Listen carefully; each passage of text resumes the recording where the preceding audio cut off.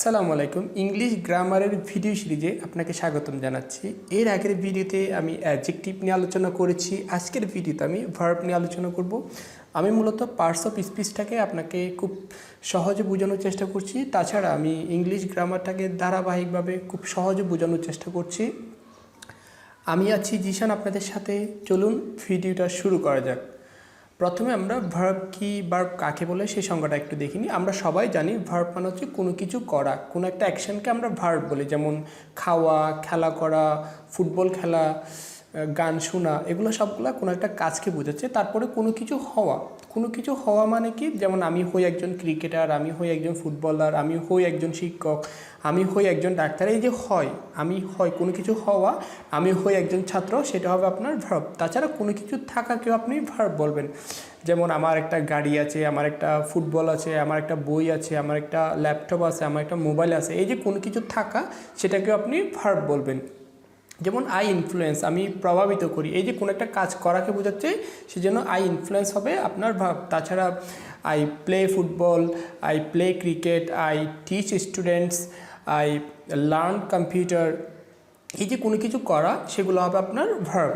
তাছাড়া কোনো কিছু হওয়া, যেমন I M a teacher, I M A footballer, I M A cricketer, he is a doctor, I M a physician. এখানে M এই শব্দটা হবে ভার্ব, কারণ এটা দ্বারা কোনো কিছু হওয়াকে বোঝাচ্ছে। আই হ্যাভ 9 বার্ডিস, আমার 9টা বন্ধু আছে। এখানে হ্যাভটা আপনার ভার্ব হবে। এই শব্দটা কিসের জন্য? কারণ এই শব্দ দ্বারা কোনো কিছু থাকাকে বোঝাচ্ছে। যেমন আমার 9টা বন্ধু আছে, আমার আছে, আমার হাতে আছে, বা আমার থাকা, এই থাকাকে আমরা কি বলতেছি? আপনার ভার্ব বলতেছি। I have 9 birdies. তাছাড়া আমি বলতে পারতাম he has 5 cows, I have a laptop, I have a house, I have a mouse, I have a book. এই হ্যাভ এই শব্দটা হবে আপনার ভার্ব। He has a football, he has a cricket ball, he has a fan, he has a bottle.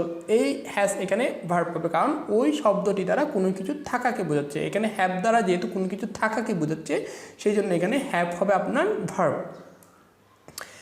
Verb প্রধানত দুই প্রকার, যেমন ফাইনাইট ভার্ব আর হচ্ছে নন ফাইনাইট ভার্ব। ফাইনাইট ভার্ব কোনগুলো? যে সকল ভার্বগুলো আমরা সচরাচর ব্যবহার করি, যে সকল ভার্বগুলো বাক্যে একটা অ্যাকশনের কাজ করে, সেগুলোকে আমরা ফাইনাইট ভার্ব বলি। যেমন আপনার প্রিন্সিপাল ভার্ব রয়েছে, মেইন ভার্ব রয়েছে, অক্সিলিয়ারি ভার্বগুলো রয়েছে, সেগুলোকে আমরা ফাইনাইট ভার্ব বলি। এই ভার্বগুলোর কী কাজ, কীভাবে ব্যবহার করবেন সেটা আমি দেখাবো।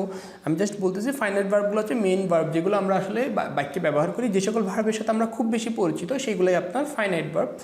নন ফাইনাইট ভার্ব কোনগুলো? যে সকল ভার্বগুলো দেখতে ভার্বের মতো, কিন্তু এগুলো ভার্ব হিসেবে কাজ করে না, বাক্যে জিরান, ইনফিনিটিভ বা পার্টিসিপল হিসেবে কাজ করে। আমি আপনাকে বোঝানোর চেষ্টা করবো পরবর্তী স্লাইডে নন ফাইনাইট ভার্ব কাকে বলে, কীভাবে কাজ করে, কত প্রকার, ফাইনাইট ভার্ব কাকে বলে, কীভাবে কাজ করে, এগুলো জাস্ট একটু ধারণা দেওয়ার জন্য আপনাকে আর কি। ফাইনাইট ভার্বগুলো বাক্যে মেইন ভার্বের মতো কাজ করবে, নন ফাইনাইট ভার্বগুলো বাক্যে ভার্বের মতো কাজ করে না। এগুলো ভার্বের মতো কাজ করে, এগুলো ভার্বের মতো কাজ করে না। জাস্ট এই সংজ্ঞাটা আপনি মুখস্থ রাখলে আপনার জন্য ভালো হয় আর কি। প্রথমে আমরা ফাইনাইট ভার্বটা দেখি। ফাইনাইট ভার্ব কোনগুলো? যে সকল ভার্বগুলো সাবজেক্টের অনুসারে পরিবর্তন হবে এবং যে সকল ভার্বের 3টা ফর্ম থাকবে। ফাইনাইট ভার্বগুলো সাবজেক্টের অনুসারে পরিবর্তন হবে এবং এই সকল ভার্বের 3টা ফর্ম আছে। আমরা জানি সাবজেক্ট কাকে বলে। সাবজেক্ট হচ্ছে যে কোনো কাজ করে বা যার সম্পর্কে কিছু বলা হয়, সে হচ্ছে সাবজেক্ট। ফাইনাইট ভার্বগুলো তাহলে সেই সাবজেক্টের অনুসারে পরিবর্তন হবে। এই যে পরিবর্তন হওয়া মানে কি? আমরা জানি সাবজেক্ট যখন ফার্স্ট পার্সন হয় তখন ভার্বের একটা ফর্ম হবে, সাবজেক্ট যখন থার্ড পার্সন সিঙ্গুলার নাম্বার হবে তখন আরেকটা ফর্ম হবে। আমি উদাহরণ দেখাবো জাস্ট আপনাকে থিওরি বোঝানোর জন্য আর কি। এবং আমরা সবাই জানি ভার্বের 3টা ফর্ম রয়েছে, যেমন present form, past form, past participle form. তাহলে ফাইনাইট ভার্ব যেগুলো হবে সেগুলোর 3টা ফর্ম থাকতে হবে। ফাইনাইট ভার্বের অবশ্যই 3টা ফর্ম থাকবে এবং এই ভার্বগুলো সাবজেক্টের অনুসারে পরিবর্তন হবে। যেমন আই ফ্যান্সি ক্রিকেট, এখানে আই হচ্ছে সাবজেক্ট এবং এই ফ্যান্সি, এখানে এটা ফ্যান্সি হয়েছে এই কারণ এটা হচ্ছে ফার্স্ট পার্সন সিঙ্গুলার নাম্বার। যদি বাক্যটা থার্ড পার্সন সিঙ্গুলার নাম্বার হয়, যেমন শি ফ্যান্সিস ক্রিকেট, যেহেতু এখানে subject third person singular number, সেখানে এখানে ভার্বটা পরিবর্তন হয়েছে, তখন কিন্তু আর ফ্যান্সি হবে না, তখন হবে ফ্যান্সিস। তার মানে আমি বুঝলাম ফাইনাইট ভার্বগুলো সাবজেক্টের অনুসারে পরিবর্তন হয় এবং এই সকল ভার্বের 3টা ফর্ম আছে। যেমন দেখেন এখানে ফ্যান্সি হচ্ছে আপনার প্রেজেন্ট ফর্ম, আবার শি ফ্যান্সিড ক্রিকেট, এখানে ফ্যান্সিড হবে আবার ফার্স্ট ফর্ম, এটার ফার্স্ট পার্টিসিপল হবে fancied. She fancy fancied fancied, fancy fancied fancied. একইভাবে Tania has pressed the button, press এই ভার্বটা 3টা ফর্ম হবে, প্রেস, প্রেসড, প্রেসড। তাহলে ফাইনাইট ভার্ব যেগুলো রয়েছে সেগুলো সাবজেক্টের অনুসারে পরিবর্তন হয় এবং এই সকল ভার্বের 3টা ফর্ম থাকে, যেমন fancy, fancied, ফ্যান্সিড, press, pressed, pressed. এবং ফাইনাইট ভার্বের একটা সংজ্ঞা যদি আপনাকে বলি, খুব সহজ একটা সংজ্ঞা, ফাইনাইট ভার্বগুলো সবসময় সাবজেক্টের কাছাকাছি বসবে। যেমন দেখেন, I fancy cricket, she fancies cricket, she fancied cricket, Tania has pressed the button. এই ফাইনাইট ভার্বগুলো সবসময় সাবজেক্টের একদম সাথে লাগানো থাকে আর কি, সাবজেক্টের সাথে একদম লাগানো থাকবে। এই জিনিসটা আপনি যদি আইডেন্টিফাই করতে পারেন তাহলে আপনি সহজে কোনো একটা বাক্যের মধ্যে ফাইনাইট ভার্বটা চিনতে পারবেন। ফাইনাইট ভার্বকে আপনি 2 ভাগে ভাগ করতে পারেন, যেমন প্রিন্সিপাল ভার্ব আর হচ্ছে অক্সিলারি ভার্ব। প্রিন্সিপাল ভার্বকে আমরা মেইন ভার্বও বলে থাকি, প্রধান ভার্ব। অক্সিলারি ভার্বকে আমরা হেল্পিং ভার্বও বলতে পারি। অক্সিলারি ভার্বের কাজ হচ্ছে মেইন ভার্বকে সাহায্য করা, প্রিন্সিপাল ভার্বের কাজ হচ্ছে কোনো কিছু করা, বাক্যে কোনো কাজ করা প্রিন্সিপাল ভার্বে করে। এখানে একটা ইনফরমেশন আপনাকে দিয়ে রাখি, যখন কোনো বাক্যে শুধুমাত্র একটা ভার্ব থাকবে সেটা হবে আপনার প্রিন্সিপাল ভার্ব। যদি কোনো বাক্যে 2টা ভার্ব থাকে, একটা হবে অক্সিলারি ভার্ব আর একটা হবে আপনার মেইন ভার্ব।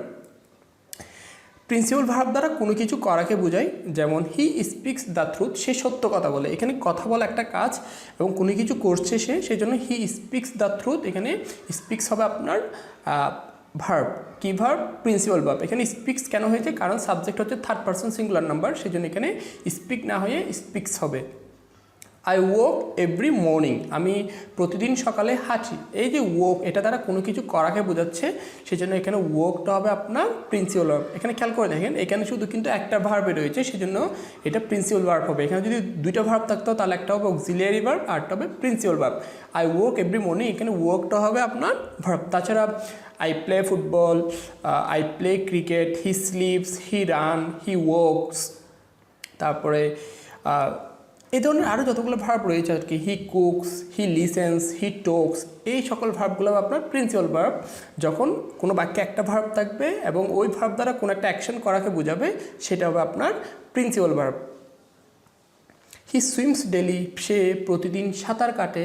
এখানে সুইমস হবে আপনার প্রিন্সিপাল ভার্ব, কারণ এই বাক্যে একটা ভার্ব রয়েছে এবং এই ভার্ব দ্বারা, এই শব্দ দ্বারা কোনো কিছু করাকে বোঝাচ্ছে, সেজন্য এটা হবে প্রিন্সিপাল ভার্ব। অক্সিলিয়ারি ভার্ব একটা বাক্যে বিভিন্ন অর্থ প্রকাশে সাহায্য করে। অক্সিলিয়ারি ভার্বের অন্য নাম হচ্ছে হেল্পিং ভার্ব। এই ভার্বের আরেকটা কাজ হচ্ছে সাহায্য করা। এই সকল ভার্ব কীভাবে সাহায্য করে? একটা বাক্যকে বিভিন্ন ধরনের অর্থ প্রকাশে সাহায্য করে। যেমন দেখেন, এটা টেন্স গঠনে সাহায্য করে। আই এম ড্রাইভিং এ কার, যদি অক্সিলিয়ারি ভার্ব না থাকতো তাহলে আমাকে বাক্যটা এইভাবে বলতে হতো, আই ড্রাইভিং এ কার, যেটা গ্রামাটিক্যালি ইনকারেক্ট। তাহলে একটা টেন্স যদি আপনাকে গঠন করতে হয় তাহলে আপনাকে অক্সিলিয়ারি ভার্বের সাহায্য নিতে হবে। যেমন I am driving a car. তাছাড়া I have driven, I have driven a car, আমি একটা গাড়ি চালিয়েছি। I have cooked the food, আমি খাবারটা রান্না করেছি। এই যে হ্যাভ এবং কুকড, এই যে অক্সিলিয়ারি ভার্ব এখানে বসেছি কিসের জন্য? কারণ একটা টেন্স গঠনে সাহায্য করেছে। যেমন I am driving a car, I am playing football, এখানে অ্যাম এটা হচ্ছে অক্সিলিয়ারি ভার্ব এবং এটা ড্রাইভ এই ভার্বটাকে সাহায্য করেছে, সেজন্য এখানে অ্যামটা হবে আপনার অক্সিলিয়ারি ভার্ব, যেহেতু সে ড্রাইভ ভার্বটাকে সাহায্য করেছে। এটা মনের ভাব প্রকাশে সাহায্য করে। যেমন ইট মাইট রেইন, ইট রেইনস মানে হচ্ছে বৃষ্টি পড়ে, কিন্তু যদি বলি ইট মাইট রেইন তার মানে হচ্ছে হয়তো বৃষ্টি পড়ে। আমি মনের ভাব প্রকাশের জন্য আপনি মূলত মডেল ভার্বগুলো ব্যবহার করবেন। মডেল ভার্ব কী সেটা সম্পর্কে আমি সামনে আলোচনা করব। মডেল ভার্ব মূলত মনের ভাব প্রকাশ করে। যেমন আমি যদি এখানে আরেকটা মডেল ভার্ব ব্যবহার করি, যেমন ইট মাস্ট রেইন, এটা এখন অবশ্যই বৃষ্টি হবে বা অবশ্যই বৃষ্টি পড়বে। তার মানে ইট মাইট রেইন হয়তো বৃষ্টি পড়ে, ইট মাস্ট রেইন অবশ্যই বৃষ্টি পড়বে। দুইটার মধ্যে তফাৎ রয়েছে। আপনার মনের ভাবটা এক এক রকম। যেমন আই ক্যান ডু ইট, আমি এটি করতে পারি, এটা এক ধরনের মানে আমি এটি করতে পারি, অথবা আই কুড ডু ইট, আমি এটি করতে পারতাম। দুইটা অর্থ কিন্তু আলাদা। এই যে একটা বাক্যকে বিভিন্ন অর্থ প্রকাশে সাহায্য করতেছে, সেটাকে অক্সিলারি ভার্ব। বাক্যকে না বোধক করে, যেমন he did not steal the money, এই বাক্যটাকে, যেমন হি স্টিলস দ্য কি, সে চাবিটি চুরি করেছে, সেই বাক্যটাকে যদি আপনি না বোধক করতে চান তাহলে আপনাকে ব্যবহার করতে হবে did not. He did not steal the key, এখানে ডিড নট হবে আপনার অক্সিলারি ভার্ব, যেহেতু এটা বাক্যকে না বোধক করতে সাহায্য করেছে। বাক্যকে প্রশ্নবোধক করে। অক্সিলারি ভার্বের আরেকটা কাজ হচ্ছে বাক্যকে প্রশ্নবোধক করা। যেমন does he go to school daily, এখানে ডাজ এই শব্দটা হবে আপনার অক্সিলারি ভার্ব, যেহেতু এটা বাক্যকে প্রশ্নবোধক করতে সাহায্য করছে। ডাজ এই ভার্বটা যদি না থাকতো তাহলে এই বাক্যটাকে কিন্তু প্রশ্নবোধক করা যাইতো না। এখানে মেইন ভার্ব হবে গো, গো হচ্ছে এখানে মেইন ভার্ব এবং ডাজ হচ্ছে এখানে অক্সিলারি ভার্ব।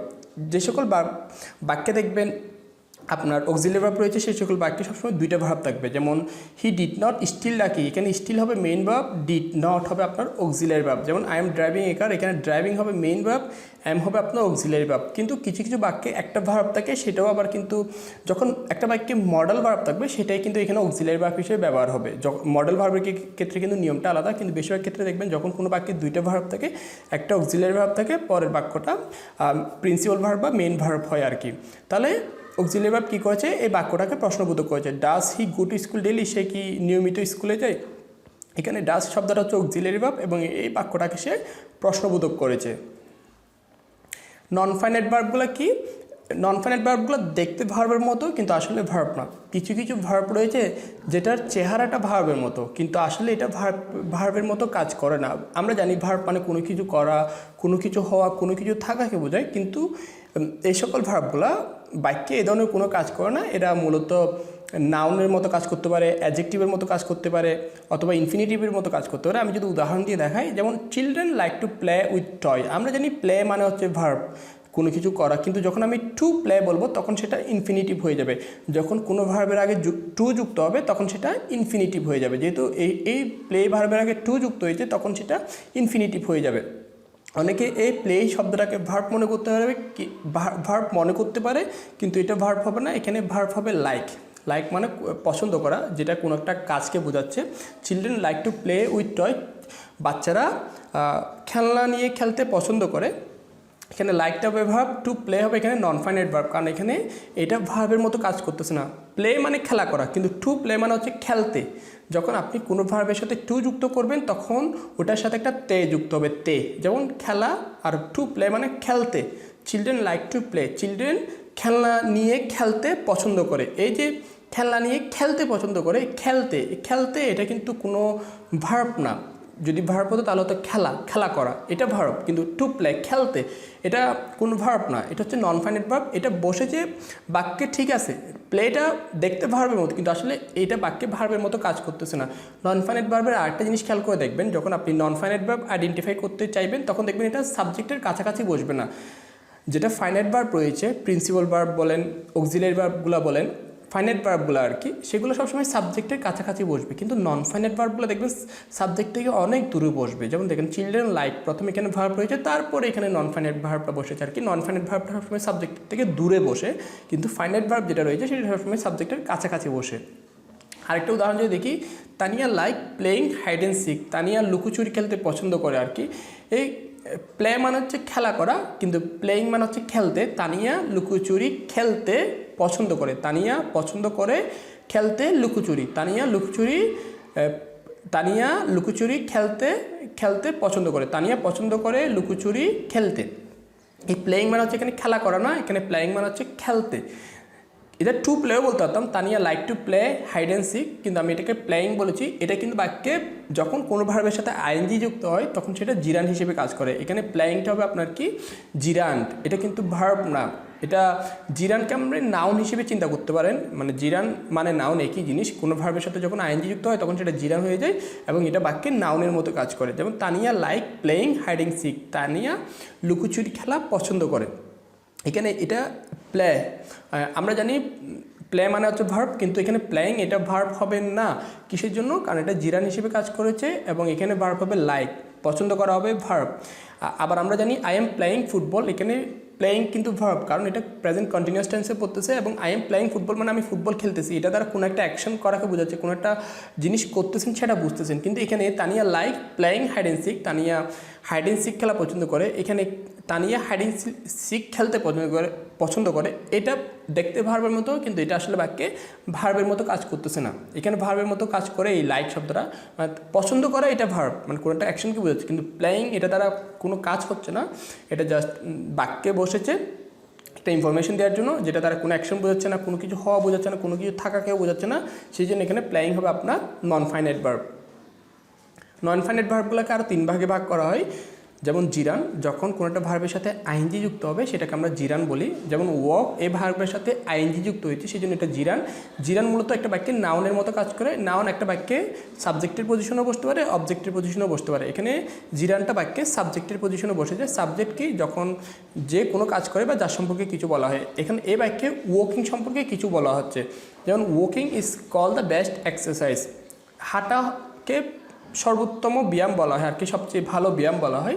এবং এখানে এই বাক্যে ওয়াকিং সম্পর্কে ইনফরমেশন দেওয়া হচ্ছে, সেজন্য এখানে ওয়াকিং হবে আপনার সাবজেক্ট, অথবা আমরা এটাকে নাউনও বলতে পারি, যেহেতু ওয়াকিং হচ্ছে কোনো একটা নাম, হাঁটা একটা নাম, সেই জন্য এটা নাউন। এবং নাউনকে আমরা অন্য কোথাও জিরান্ডও বলতে পারি আর কি। জিরান মূলত কোনটা ভাবের সাথে যখন আইএনজি যুক্ত হবে এবং ওইটা বাক্যে নাউন হিসেবে কাজ করবে তখন সেটা জিরান হবে আর কি। জিরান্ডের আলোচনাটা বিশাল, ওটা নিয়ে আলাদা একটা ভিডিও আমি নিব। জাস্ট এতটুকু বোঝার চেষ্টা করেন, যখন কোনো ভার্বের সাথে আইএনজি যুক্ত হবে সেটা হবে জিরান এবং এটা বাক্যে নাউন হিসেবে কাজ করবে, নাউনের মতো কাজ করবে আর কি। পার্টিসিপল মূলত ভার্বের সাথে আইএনজি যুক্ত হবে এবং এটা বাক্যে অ্যাডজেক্টিভের মতো কাজ করে। জিরানটাও ভার্বের সাথে আইএনজি যুক্ত হবে কিন্তু নাউনের মতো কাজ করে, কিন্তু পার্টিসিপলটা আপনার অ্যাডজেক্টিভের মতো কাজ করে। যেমন I saw her cooking dinner, আমি তাকে রান্না করতে দেখেছি। এখানে ডিনার হবে আপনার নাউন, কুকিং এই শব্দটা ডিনারটাকে আপনার মডিফাই করেছে এবং নাউনের আগে সবসময় অ্যাডজেক্টিভ বসে এবং অ্যাডজেক্টিভের কাজ কি? নাউনকে মডিফাই করা, নাউন সম্পর্কে অতিরিক্ত তথ্য দেওয়া। যেহেতু I saw her cooking dinner, আমি তাকে রান্না করতে দেখেছি, এখানে যেহেতু কুকিং শব্দটা ডিনার সম্পর্কে একটা অতিরিক্ত তথ্য দিচ্ছে। I saw her cooking dinner, আমি তাকে রাতের রান্না করতে দেখেছি। I saw her cooking dinner, যেহেতু কুকিং শব্দটা ডিনার সম্পর্কে তথ্য দিচ্ছে সেজন্য এখানে কুকিং হবে আপনার অ্যাডজেক্টিভ। অ্যাডজেক্টিভকে আমরা অন্য কথায় পার্টিসিপলও বলতে পারি, কারণ পার্টিসিপল বাক্যে অ্যাডজেক্টিভের মতো কাজ করে। জিরান আর পার্টিসিপল দেখতে সিমিলার মনে হলেও একটা তফাৎ রয়েছে।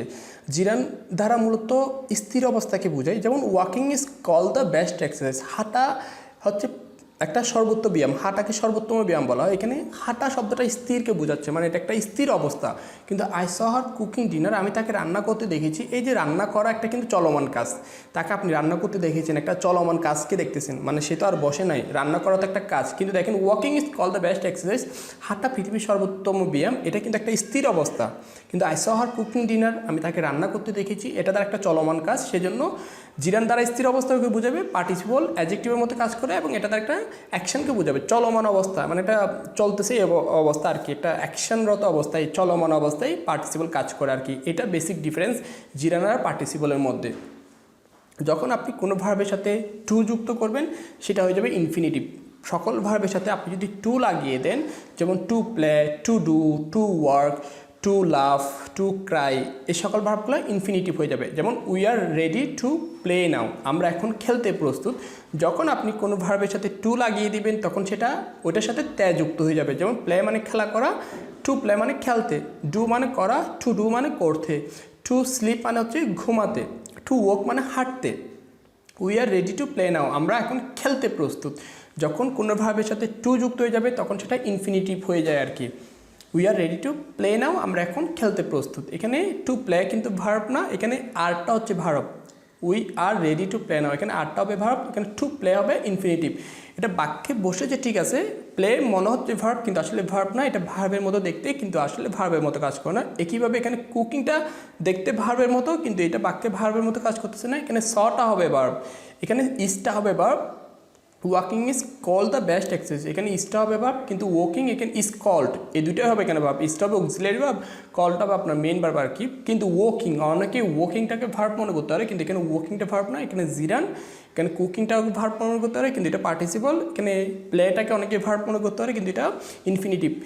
নন ফাইনাইট ভার্ব সম্পর্কে আপনি জাস্ট একটা ইনফরমেশন বোঝার চেষ্টা করেন। নন ফাইনাইট ভার্বগুলো কখনো সাবজেক্টের কাছে বসবে না। যেমন দেখেন I saw her cooking dinner, এখানে এটা সাবজেক্টের কাছে বসেনি। যেমন সাবজেক্টের কাছে বসেছে স, কিন্তু কুকিংটা অনেক দূরে বসেছে, এটা অবজেক্টের কাছে বসেছে। কিন্তু ফাইনাইট ভার্বগুলো সময় সাবজেক্টের কাছে বসবে, নন ফাইনাইট ভার্বগুলো সাবজেক্ট থেকে দূরে বসবে। একইভাবে টু প্লে, এখানে উই আর সাবজেক্টের কাছে বসেছে আপনার প্রিন্সিপাল ভার্ব মানে ফাইনাইট ভার্ব, কিন্তু দেখেন নন ফাইনাইট ভার্বটা সাবজেক্ট থেকে অনেক দূরে বসেছে, সেই জন্য এটা হবে আপনার নন ফাইনাইট ভার্ব বা এখানে এটা ইনফিনিটিভ আর কি। একইভাবে জিরানটা দেখেন walking is call the best exercise, তার মানে আমরা বুঝলাম নন ফাইনাইট ভার্বগুলো দেখতে ভার্বের মতো কিন্তু আসলে এগুলো ভার্বের মতো কাজ করে না। সবাইকে অসংখ্য ধন্যবাদ এতক্ষণ সাথে থাকার জন্য। আই হোপ আপনি ভার্ব সম্পর্কে একটা বিস্তারিত ধারণা পেয়েছেন। পরবর্তী ভিডিও দেখার জন্য আপনাকে আমন্ত্রণ জানাচ্ছি। আসসালামু আলাইকুম।